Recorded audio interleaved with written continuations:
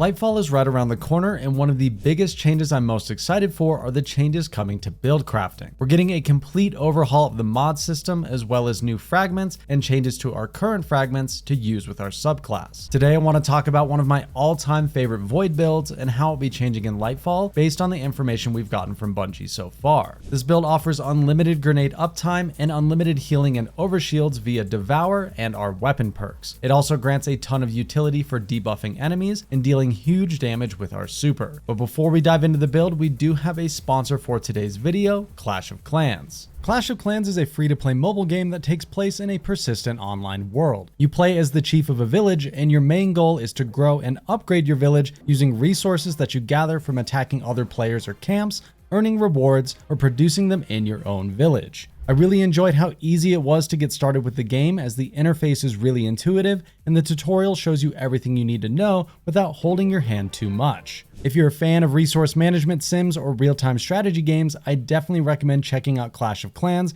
as it's super easy to hop on for a few minutes here and there and still feel like you made progress. You can use my link down in the description or the pinned comment on this video to download the game for free and try it out today. Huge thanks to Clash of Clans for sponsoring today's video. Now let's get back to the content. This Void Warlock build is something I've been perfecting over the course of the season. And while we do have a ton of changes coming to mods that may change the way the build flows, the core of it will remain the same. There are several exotics that pair great with Void Warlock, but today we'll be using the Controverse Hold. This exotic makes it so our charged Void grenades return grenade energy on hit. Controverse Hold increases our base grenade recharge by 2000% for 1.75 seconds after tagging an enemy with our grenade. This has a 4-second internal cooldown, meaning if we are able to trap a tankier enemy inside of our grenade, we can actually get Controverse to activate twice off of one grenade. This alone gives us tons of grenades that we can use to debuff enemies and deal damage over time. Our first aspect is Chaos Accelerant, which is what allows us to charge our Void grenades in the first place.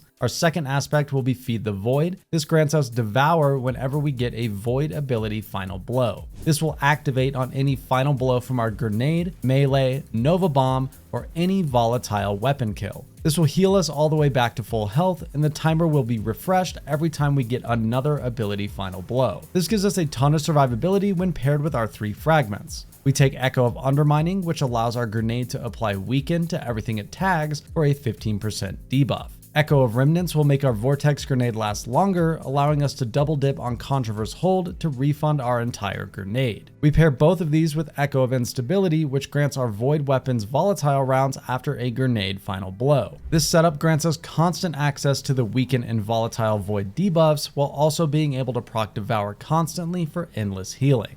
Everything we've covered up until now will transition seamlessly into Lightfall. What will change dramatically is our armor mods and the entire system behind them. Most of our elemental well mods will be changing to create orbs of power instead. This will work in tandem with the new armor charge system. Replacing elemental wells will be a new system that creates spawned objects depending on your subclass. For Void, that's going to be the new Void Breaches. You'll be able to create these using some of the new and reworked fragments that we will have access to in Lightfall. These will grant us class ability energy by default, but can also be used to activate Devour, and I'm sure we'll have a bunch of other ways to use them as well. The 2 new fragments we've seen are Echo of Cessation and Echo of Vigilance. Echo of Cessation makes our finisher Final Blows apply volatile to all nearby targets, and defeating a volatile target will create a Void Breach. Echo of Vigilance will grant us a temporary Void Overshield when we defeat a target when our shields are depleted. Bungie also listed a few of our existing fragments being altered to also generate Void Breaches in different ways. There may be changes to other fragments as well, so we'll have to wait and see what's possible with Void Breaches in Lightfall.